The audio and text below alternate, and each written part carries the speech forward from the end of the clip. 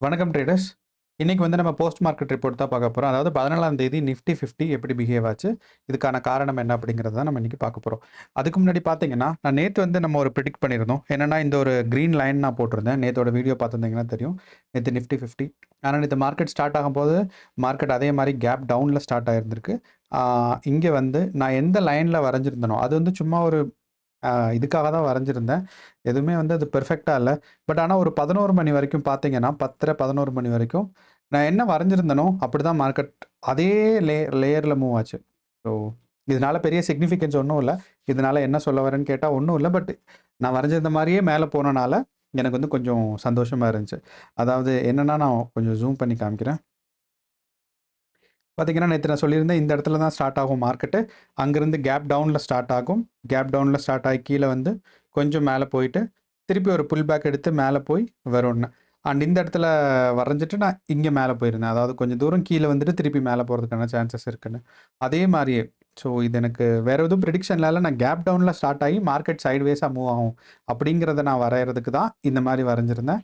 ஆனா அதே மாரியே போனது ஒரு சின்ன சந்தோஷம். ஸோ இந்த சந்தோஷத்த உங்கள்ட்ட நான் சொல்லணும்னு எனக்கு தோணுச்சு. அதனால நான் சொல்றேன். அண்ட் நம்ம பார்த்தோம்னா நிஃப்டி 50 நேத்து வந்து கேப் டவுனா தான் ஓப்பன் ஆயிருந்திருக்கு. அதே இது முந்தா நேத்து பார்த்தீங்கன்னாலும் கேப் டவுனா தான் கேப் அப்பா ஓப்பன் ஆயிருந்திருக்கும். அதுக்கப்புறம் பார்த்தீங்கன்னா, இன்னைக்கு கேப் டவுனா இருந்திருக்கு. ஸோ இதுக்கான காரணம் என்ன அப்படின்னா, இந்த மார்க்கெட் வந்து இந்த ரேஞ்சுக்குள்ள தான் இருந்திருக்கு. எப்போ 13ஆம் தேதியிலேருந்து மார்க்கெட் இங்கேயே தான் இருக்கு. இது எதுக்கு சிமிலர்னா, நவம்பர் 21 போன வருஷம் நவம்பர் 21ஆம் தேதி நான் வந்து சார்ட்ட ரீஸ்கேல் பண்றேன். நவம்பர் 21 நம்ம போனோம்னா, இந்த இடத்துல நமக்கு ஒரு லோ இருக்கு. ஸோ இந்த லோவோட பாயிண்ட் வந்து 23,350ன்னு வச்சுக்கோங்க. ஸோ இதுதான் இந்த லோவோட பாயிண்ட். எப்ப வந்து இந்த மார்க்கெட் ஒரு முழு நாளுமே இந்த 23,350க்கு மேல உங்களுக்கு ட்ரேட் ஆகுதோ, அப்பதான் மார்க்கெட் ரிவர்ஸ் ஆறதுக்கான சான்சஸ் இருக்கு.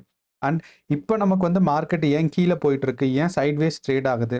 அப்படிங்கிற ரேஞ்ச் நம்ம பார்க்கும்போது பார்த்தோம்னா, மார்க்கெட் வந்து ஆல்மோஸ்ட் ஒரு போன வருஷம் ஒரு 8 மாசத்தோட லோல தான் இருக்கு. அண்ட் ஏன் இந்த இந்த தடவ தான் நமக்கு வந்து ஏன் இந்த ஒரு 2 வீக்ஸா அதாவது ஜனவரி 13லருந்து இப்ப நீங்க பார்த்தீங்கன்னா, 2ஆம் தேதி மார்க்கெட் மேல போச்சு. 3ஆம் தேதியிலேருந்து கரெக்ட்டா ஒரு 10 நாளைக்கு அதாவது ஒரு 7 ட்ரேடிங் செஷன் வந்து மார்க்கெட் கீழயே தான் வந்துட்டுருக்கு.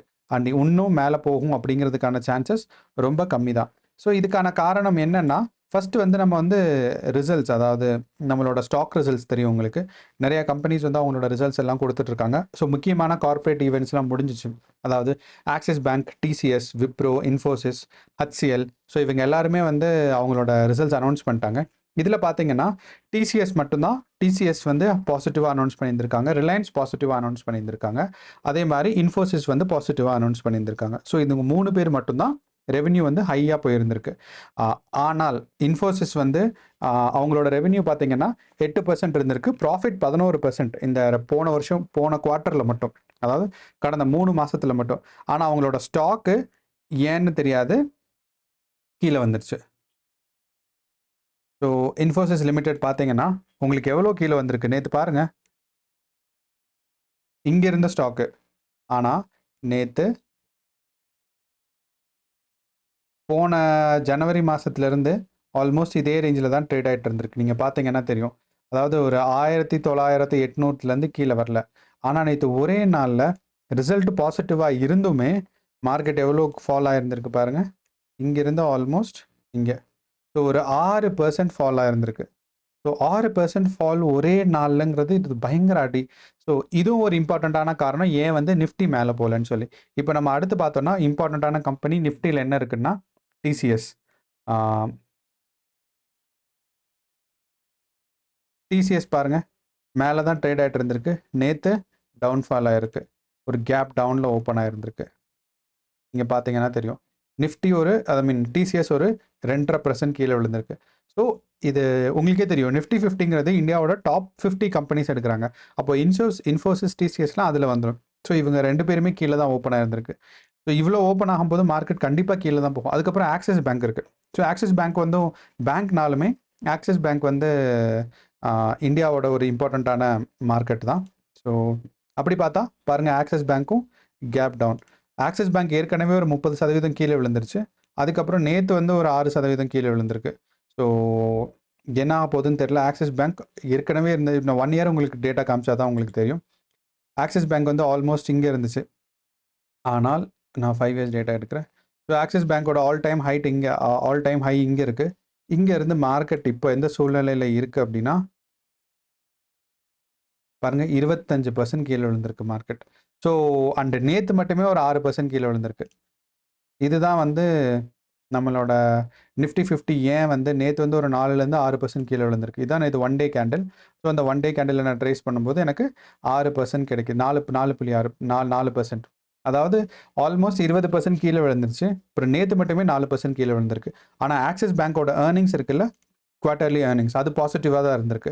Not bad. அதாவது சர்ப்ரைஸ் அண்ட் என்னென்னா ஆக்சிஸ் பேங்க் வந்து அவங்க வந்து நிறையா என்ன எதிர்பார்த்தாங்கன்னா நெகட்டிவில் தான் போகும், ஏன்னா மார்க்கெட் ரொம்ப கீழே போயிட்டுருக்குன்னு. பட் ஆக்சிஸ் பேங்கோட ப்ராஃபிட் வந்து பார்த்தீங்கன்னா 2.2% 3%க்கு மேலே தான் இருக்குது. So which is very expected for a bank, அது ஒரு குவார்ட்டரில். ஸோ அப்படிங்கும்போது ஆக்சிஸ் பேங்க் நல்லா தான் பெர்ஃபார்ம் ஆயிருந்திருக்கு. அவங்களோட ஸ்டாக் ரிசல்ட்ஸ் நல்லா வந்தாலுமே ஆனால் அவங்களோட ஸ்டாக் வேல்யூ பார்த்தீங்கன்னா கீழே போயிருந்திருக்கு.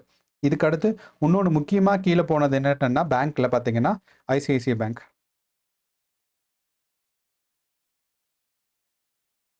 ஸோ ஐசிஐசிஐ பேங்க் ஆல் டைம்லேருந்து அவ்வளோ ஃபால் ஆகலை. பட் நேற்று ஒரே நாளில் லைக் 17th மட்டும் எவ்வளோ ஃபால் ஆயிருந்திருக்கு அப்படின்னா ஆல்மோஸ்ட் இங்கேருந்து ஒரு 2% ஃபால் ஆயிருந்திருக்கு. ஸோ இந்த நிஃப்டி 50ல் இருக்க முக்கியமான பேங்க்கில் எதுவுமே பாசிட்டிவாக போகலை. ஆனால் எதுவுமே பாசிட்டிவாக போகலை, எல்லாமே கேப் டவுன், எல்லாமே கீழே தான் வந்திருக்கு. ஒரு 2 to 3% கீழே வந்திருக்கு. ஸோ ஏங்கிறது வந்து நிறைய பேத்துக்கு யாருக்குமே புரியலை. ஆனால் இந்த நிஃப்டி 50 இப்போ இங்கே நிஃப்டி 50 நம்ம இங்கே எடுத்து பார்த்தோம்னா நம்ம நிஃப்டி 50ல் ஆனால் நிஃப்டி 50 வந்து அவ்வளோ கீழே விழுகலை. ஆனால் இது ஏன் காப்பாற்றிருக்கு இந்த நிஃப்டி 50ன்னா 3 ஸ்டாக்ஸ் தான் காப்பாற்றிருக்கு.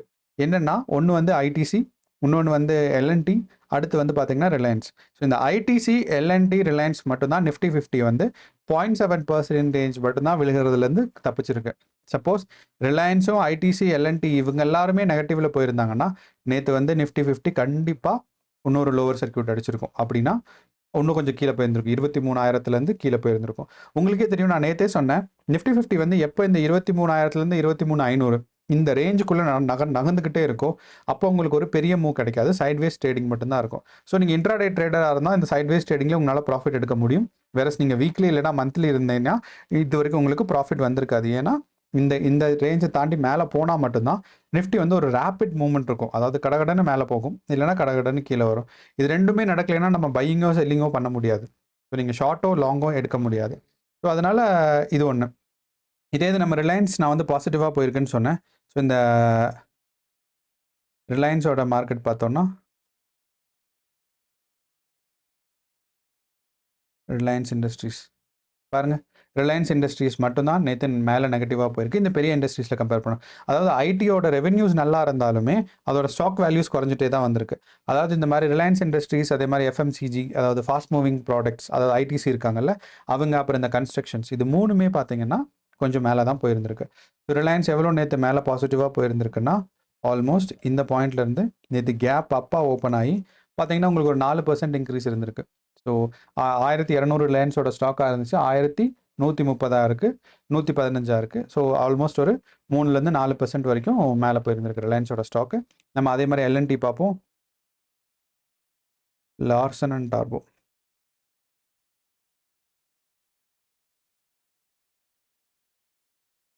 ஸோ எல்என்டி வந்து ஒரு ரொம்ப ப்ராமிசிங்கான ஸ்டாக்கு. ஸோ கண்டிப்பாக நீங்கள் வந்து வாங்குறதா இருந்தால் நீங்கள் கன்சிடர் பண்ணலாம். ஸோ 2025 எல்என்டி வந்து ஒரு நல்ல ப்ரொஜெக்ஷன் இருக்குது, ஏன்னா கன்ஸ்ட்ரக்ஷன்ஸ் நிறையா பண்ண போகிறாங்க. அண்ட் எல்என்டி இஸ் வந்து இந்தியன் கம்பெனி. நிறைய பேர் என்கிட்ட கேட்டிருக்காங்க, எல்என்டி வந்து ஃபாரின் கம்பெனி தானே அப்படின்னு. கண்டிப்பாக கிடையாது, அதோட பேர் மட்டும்தான் அப்படி. அண்ட் நம்ம ஊர் சென்னையில் தான் இருக்குது அதோட ஹெட் குவார்ட்டர்ஸ். சென்னையில் ஒரு ஹெட் குவார்ட்டர்ஸ் இருக்குது, மும்பையில் ஒரு ஹெட் குவார்ட்டர்ஸ் இருக்குது, அவ்வளோதான். ஸோ ஆனால் மல்டிநேஷ்னல் கம்பெனி, வேர்ல்டு ஃபுல்லாக அவங்க கன்ஸ்ட்ரக்ஷன் பண்ணுறாங்க. ஸோ கன்ஸ்ட்ரக்ஷன் பிஸ்னஸ் தான் அவங்களுக்கு இருக்குது. And they have stepped into, அதே மாதிரி எல்என்டி பவர்ஸ் வந்துருச்சு, எல்என்டி அக்ரோ வந்துருச்சு, எல்என்டி இன்ஃபோடெக் வந்துருச்சு. ஸோ அந்த மாதிரி இருக்குது. But primarily they are on construction based company and they have நல்லா பேசிக்லேருந்து ஸ்ட்ராங் வரைக்கும் பண்ணுறாங்க. அதாவது என்ன சொல்கிறேன்னா, ஒரு ரோடு போடுற விஷயத்துலேருந்து ஒரு மல்டி ஸ்டோரி பில்டிங் கட்டுற வரைக்கும் பண்ணுறாங்க. ரோடு போகிறது இட் இஸ் நாட் சாதாரண விஷயம் இல்லை, பெரிய விஷயம் தான். But L and T is a very promising company, அதுதான் நான் சொல்லணும்னு வந்தேன். நீங்கள் ஸ்டாக்ஸ் வாங்குறதா இருந்தால் எல்என்டியில் கொஞ்சம் கொஞ்சமாக நீங்கள் ட்ரை பண்ணலாம். அண்ட் எல்என்டி நேற்று எவ்வளோ மேலே போயிருந்திருக்கு அப்படின்னா எல்என்டி வந்து ஆல்மோஸ்ட் ஒரு 2% மேலே போயிருந்திருக்கு. நீங்கள் பார்த்தீங்கன்னா தெரியும். ஸோ அதனால் எல்என்டி தான் வந்து நம்ம இந்த எல்என்டி ரிலையன்ஸ் மட்டும்தான் நம்ம நிஃப்டி 50 கீழே விடாமல் தடுத்துட்டு இருந்திருக்கு. அடுத்து நம்ம ஐடிசி எப்படி பிஹேவ் ஆயிருக்குங்கிறத பார்ப்போம்.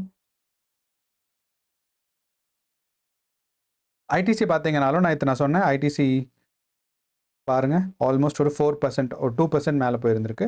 அதாவது 430லேருந்து 440 வரைக்கும் இருக்குது. And ITC always is a growing stock. அதாவது எஃப்எம்சிஜி குட்ஸ் மார்க்கெட் உங்களுக்கே தெரியும். இந்தியன் ஃபினான்ஸ் மார்க்கெட் வந்து இப்போ நம்ம ட்ரேட் கேலண்டரில் பார்த்து எக்கனாமிக்ஸ் போகணுன்னா இந்தியாவோட இன்ஃப்ளேஷன் ரேட் மேனுஃபேக்சரிங் அதாவது டபிள்யூபிஐனா wholesale price index. So wholesale price index இன்ஃப்ளேஷனும் அதே மாதிரி இதுவும் பார்த்தீங்கன்னா ஏன்னா L and T is basically and wholesale price. So அவங்க வந்து க்ரோ ஆயிருக்காங்க. ஆல்மோஸ்ட் ஒரு 12 to 3% க்ரோ ஆயிருக்காங்க. பாருங்கள் ஒரு 2% க்ரோத் இருக்குது. எல்என்டிக்கு வந்து ஒரு இந்த ஹோல்சேல் ரீட்டைல் மார்க்கெட்டில் நல்ல ஹோல்டு இருக்குது. So they are growing. So maybe இந்த எக்கனாமிக்ஸ் காலுமே இந்த எக்கனாமிக்ஸோட ரிலீஸுமே வந்து பார்த்தீங்கன்னா நமக்கு இந்த எஃப்எம்ஜியை ஹெல்ப் பண்ணதாக இருக்கலாம். பட் ஆன் ரியாலிட்டியுமே ITC is performing very good. So ITC is Indian tobacco company. But they just don't do tobacco now. But இது வந்து ரொம்ப பழைய கம்பெனி ஐடிசி. ஸோ ஆனால் they don't just do tobacco and they do everything. Like சின்ன பிஸ்கெட்லேருந்து உங்களுக்கே தெரியும் நிறையா ஃபுட் ப்ராடக்ட்ஸ் வந்திருக்கு, பேப்பர்ஸ் வந்திருக்கு. And they have chemicals also, ITC chemicals, and they do a lot. But still அவங்களோட ஐடிசியோட tobacco businesses and அவங்களுக்கு வந்து ஒரு டாட்டாக்கு டிசிஎஸ் இருக்க மாதிரி. ஸோ அது வந்து கீழேயே போகாது. But still they have versatile now. So ITC's and multi-billion company, they have got very good assets and it is a promising stocks to grow over a period of years and they will definitely grow. So நம்ம 1 year chart எடுத்து பார்த்தாலுமே all time ஹைலேருந்து ITC கீழே தான் trade ஆகிட்டு இருக்கு. But ஸ்லோவாக it has been recover. உங்களுக்கே தெரியும் நான் சொன்ன இந்த மாதிரி November 21 என்னமோ ஒரு பிரச்சனை, எல்லா ஸ்டாக்ஸும் கீழே தான் இருந்திருக்கு. ஸோ அந்த எல்லா ஸ்டாக்ஸ்ல இருந்தும் கொஞ்சம் கொஞ்சமாக ரெக்கவர் ஆகிட்டு இருக்கு. பட் வேறஸ் நம்மளோட ஆக்சஸோ, இன்ஃபோசிஸோ, டிசிஎஸோ நம்ம ஒரு பேங்க்ஸில் பார்த்தீங்கன்னா 3 பேங்க்கு கீழே போயிருக்கு. ஆக்சிஸ் போயிருக்கு, ஐசிஐசிஐ போயிருக்கு, ஹெச்டிஎஃப்சி போயிருக்கு. ஸோ இது எல்லாமே கீழே போனனால மார்க்கெட் வந்து கொஞ்சம் ஃப்ளக்சுவேட் ஆகிறதுக்கான சான்சஸ் தான் இருக்குது. ஸோ இந்த எல்லாருமே கீழே போகிறதுக்கான காரணம் என்னென்னா இது வந்து ஏர்னிங்ஸ் எல்லாம் கொடுக்குற மாதம். அதாவது என்னென்னா அவங்களோட ஏர்னிங்ஸ் இப்போ நீங்கள் எல்என்டி அதாவது டிசிஎஸ் பார்த்தீங்கன்னா ஜனவரி 31 தான் கொடுப்பாங்க. ஸோ ஆல்மோஸ்ட் வந்து அப்போ தான் வந்து அவங்களோட எஸ்டிமேட்டட் ஏர்னிங்ஸ் எவ்வளோங்கிறத கொடுப்பாங்க. ஸோ ஆனால் நம்ம ஐடி ஸ்டாக்ஸ் எல்லாம் ஐடி கம்பெனிஸ்லாம் முன்னாடியே கொடுத்துட்டாங்க. ஸோ அதனால் இதுதான் ஒரு முக்கியமான நம்ம ஏன் இந்த ஸ்டாக்ஸ் எல்லாம் வந்து மேலே கீழே போகுதுங்கிறதுக்கான இது. அண்ட் நிஃப்டி 50 இந்த 3 கம்பெனி தான், ரிலையன்ஸ், ஐடிசி அண்ட் எல்என்டி தான் நேற்று பொறுத்தளவு மார்க்கெட்டை கீழே போக விடாமல் தாக்கி பிடிச்சிருக்கு. ரெண்டாவது நம்ம நிஃப்டி 50 வந்து மண்டே நமக்கு வந்து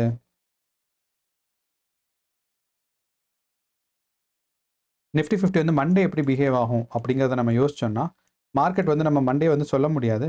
காரணம் என்னென்னா இன்றைக்கி மார்க்கெட் யூஎஸோட மார்க்கெட் எப்படி இருக்குங்கிறத போஸ்ட் அனாலிசிஸ் நம்ம பண்ணால் தான் ஓரளவு நமக்கு வந்து ப்ரிடிக்ட் பண்ண முடியும். அதே மாதிரி நம்மளோட வெள்ளி சனி ஞாயிறில் வெள்ளிக்கிழமை வந்து சில மார்க்கெட் ரிப்போர்ட்ஸ் எல்லாம் வருது. அதாவது சில கம்பெனிஸ் எல்லாம் ஏர்னிங்ஸ் அவங்க கொடுக்குறாங்க. அதே மாதிரி என்ன பேங்க்கோட ப்ரொசீஜர் என்ன அப்படிங்கிறதையும் பார்க்கணும். ஸோ இந்த நிலைமையெல்லாம் பார்த்தா தான் நமக்கு தெரியும் திங்கள் எப்படி போகும்னு.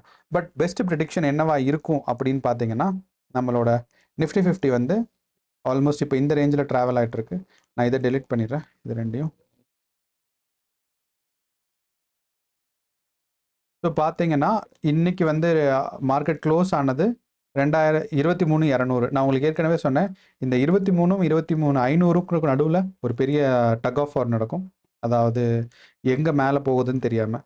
ஸோ மண்டே என்ன சான்சஸ் இருக்குது அப்படின்னா சில மார்க்கெட்ஸ் எல்லாம் பாசிட்டிவாக இருக்குது, அதே மாதிரி யூஎஸ் மார்க்கெட்ஸும் பாசிட்டிவாக தான் இருக்குன்னா கொஞ்சம் கேப் அப் ஓப்பன் ஆகி மார்க்கெட் வந்து இப்படி போகிறதுக்கான சான்சஸ் தான் இருக்குது. ஸோ ஆல்மோஸ்ட் வந்து கேப் அப் ஓப்பன் ஆகி ஒரு 23,500 வரைக்குமே டெஸ்ட் பண்ணலாம். ஸோ மார்க்கெட் வந்து 23,500 வரைக்குமே போய் டெஸ்ட் பண்ணிவிட்டு அதுக்கப்புறம் கொஞ்சம் கொஞ்சமாக கீழே வரும். ஸோ இதுதான் வந்து மண்டேக்கான ப்ரெடிக்ஷன். இதுக்கான காரணம் என்ன அப்படின்னு நான் சொன்னேன்னா நீங்கள் ஃபஸ்ட்டு வந்து நான் சொல்லியிருக்கேன் நம்மளோட சிம்பிள் மூவிங் ஆவரேஜ். இந்த சிம்பிள் மூவிங் ஆவரேஜ் வந்து 9 வந்து கீழே வர ட்ரை பண்ணுது. ஸோ உங்களுக்கு தெரியும் 9 வந்து கீழே வர ட்ரை பண்ணுற மாதிரி இருக்குன்னா இட் இஸ் வந்து இந்த 3 மணிக்கு மேலே ஒரு அக்ரெசிவ் செல்லிங் அண்ட் பையிங் இருக்கும். ஏன்னா இன்ட்ராடே ட்ரேடர்ஸ் எல்லாம் வந்து கொஞ்சம் பேனிக் ஆயிடுவாங்க. ஸோ ப்ராஃபிட் புக்கிங் இல்லைனா லாஸ் மினிமைசேஷன் அந்த மாதிரி இருக்கும். ஸோ இப்போ நம்ம இந்த 3 மணியோட கேண்டில் மட்டும் வச்சு பார்த்தோம்னா நம்மளோட 9 மேலே போயிட்டுருக்கு. அதாவது மார்க்கெட் வந்து மேலே போயிட்டு இருக்கிறதுக்கான சான்சஸ் தான் அதிகமாக இருக்குது. ஸோ ஏற்கனவே வந்து 50 கிராஸ் பண்ணிருச்சு. ஸோ இன்னும் 100 கிராஸ் பண்ணுறதுக்கு கொஞ்சம் கம்மியாக தான் இருக்குது. ஸோ உங்களுக்கு தெரியும் அப்படின்னா ஸ்குவீசிங் பாயிண்ட் வந்துருச்சு. அப்போ இந்த ஸ்குவீசிங் பாயிண்ட் வந்ததுக்கப்புறம் மார்க்கெட் வந்து கொஞ்சம் வைடன் ஆகும். அதாவது இந்த இடத்துல பார்த்தீங்கன்னா உங்களுக்கு தெரியும் எல்லாமே ஒரே பக்கத்தில் இருக்குது, ஆனால் அதுக்கடுத்து இந்த மாதிரி மார்க்கெட் வைடன் ஆகும். ஸோ நான் இதுதான் சொல்கிறேன். ஸோ மார்க்கெட் இப்போ டெக்னிக்கலி இந்த ரேஞ்சில் தான் இருக்குது, அதுக்கடுத்து இந்த ரேஞ்சில் வருங்கிறத சொல்கிறேன். அதாவது என்னென்னா 16ஆம் தேதி எப்படி நடந்துச்சோ அந்த மாதிரி மார்க்கெட் நடக்கிறதுக்கான வாய்ப்பு இருக்குது. அண்டு நான் உங்களுக்கு வந்து லாங் கால் எடுக்கிறீங்க அப்படின்னா உங்களுக்கு கண்டிப்பாக நீங்கள் வந்து இன்ட்ராடே ட்ரேடர் இல்லாமல் லாங் கால் எடுக்கிறீங்கன்னா 23,500 மேலே வரைக்கும் இருக்கிறதா தான் உங்களுக்கு நல்லது. ஸோ அது வந்து ஒரு நல்ல சப்போர்ட்டு. உங்களுக்கு எப்போ இந்த 23,400 23,500 கிட்ட வந்து மார்க்கெட் ரிவர்ஸ் ஆகிற மாதிரி இருக்கும், அப்போ நீங்கள் ஒரு ஷார்ட் கால் எடுக்கலாம். இங்கேருந்து லாங் கால் எடுத்தீங்கன்னா உங்களுக்கு ஒரு 23,500 வரைக்கும் போகிறதுக்கான லாங் கால் இருக்குது. அண்டு இந்த இப்போ இந்த ஒரு 3 கருப்பு லைன் நான் எதுக்கு வரைஞ்சிருக்கேன் அப்படின்னா, நம்மளோட இயர்லி சார்ட் எடுத்து பார்த்தீங்கன்னா நான் உங்களுக்கு ஏன் வரைஞ்சேன்னு தெரியும். இந்த இயர்லி சார்ட்டில் நான் என்ன பண்ணியிருந்தேன்னா, நமக்கு ஒரு ரெட் கேண்டில் ஃபார்ம் ஆயிருந்துச்சு. இந்த 13ஆம் தேதி ஒரு ரெட் கேண்டில். நான் சொன்னேன் இந்த 13ஆம் தேதி ரெட் கேண்டில் எப்போ வந்து நம்மளோட மார்க்கெட் கிராஸ் பண்ணுதோ, ஸோ நம்மளோட எல்லாத்தையும் பார்த்தீங்கன்னா இந்த ரெட் கேண்டில் இருக்குது. இந்த ரெட் கேண்டிலோட ஹையஸ்ட் ப்ரைஸ் இவ்வளவு, லோவஸ்ட் ப்ரைஸ் இவ்வளவு, ஓப்பனிங் அண்ட் க்ளோசிங். ஸோ இதுதான் இருந்திருக்கு. ஸோ அப்போது இந்த ஹையஸ்ட் ப்ரைஸ் இதை தாண்டி ஒரு முழுசாக ஒரு கேண்டில் மேலே ஃபார்ம் ஆனால், இதுதான் நான் சொன்னேன் 23,300. ஸோ நான் கொஞ்சம் மேலே போய் 23,500 சொன்னேன். எப்போ இந்த 23,500 கிராஸ் பண்ணதோ அப்போ நான் ஒரு லைன் போட்டேன். என்னென்னா இந்த இடத்துல ஒரு லைனு, மிடில் ஒரு லைன், இந்த கேண்டிலோட பாடி இது. நான் சொன்னேன் இந்த கேண்டிலை பிரேக் பண்ணால் மட்டும்தான் மார்க்கெட் மேலேயோ கீழேயோ போக முடியும், ஏன்னா இது ஒரு ஸ்ட்ராங் சப்போர்ட். அப்போது என்னென்னா அப்போது இந்த கேண்டிலோட 3 லைன் போட்டேன். இதுக்கு மார்க்கெட் வந்து சைட்வேஸ் தான் போகணும், ஏன்னா இந்த கேண்டிலுக்குள்ளே தான் இது இந்த கேண்டில் போயிட்டுருக்கு. அப்படின்னா இன்சைட் கேண்டிலுக்கு தான் இதுக்கு பேர் அர்த்தம். ஸோ இந்த கேண்டிலுக்குள்ளேயோட ரேஞ்சில் தான் ஃபார்ம் ஆகிட்டு இருக்கு. அந்த லைனை தான் இங்கே நான் போட்டிருக்கேன். உங்களுக்கு தெரியும் இங்கே ஒரு ஃபஸ்ட்டு ஒரு லைன், நீங்கள் டெலிட் பண்ணலாம் இதெல்லாம்.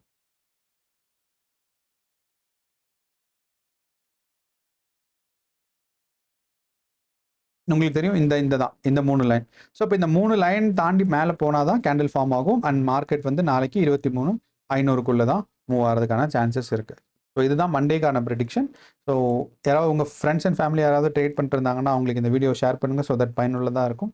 அதே மாதிரி நிஃப்டி அண்ட் பேங்க் நிஃப்டியை பற்றி டெய்லி அனாலிசிஸ் தெரிஞ்சுக்கிறதுக்கு சேனலை சப்ஸ்கிரைப் பண்ணுங்கள். உங்களுக்கு வேறு ஏதாவது டவுட்ஸ் அண்ட் கமெண்ட்ஸ் இன்வெஸ்டிங் பற்றி ஐடியா இருந்துச்சுன்னா போடுங்க. அதே மாதிரி நான் இன்வெஸ்டிங் பற்றி ஒரு வீடியோ ப்ரிப்பேர் பண்ணிகிட்ருக்கேன். ஸோ அதாவது 2025ஓட டாப் 5 ப்ராமிசிங் ஸ்டாக்ஸ், அதோட அனாலிசிஸும் அதோட இதுவும் உங்களுக்கு வந்து கூடிய சீக்கிரத்தில் நான் வந்து வீடியோவாக போடுறேன். அது வரைக்கும் நன்றி, வணக்கம்.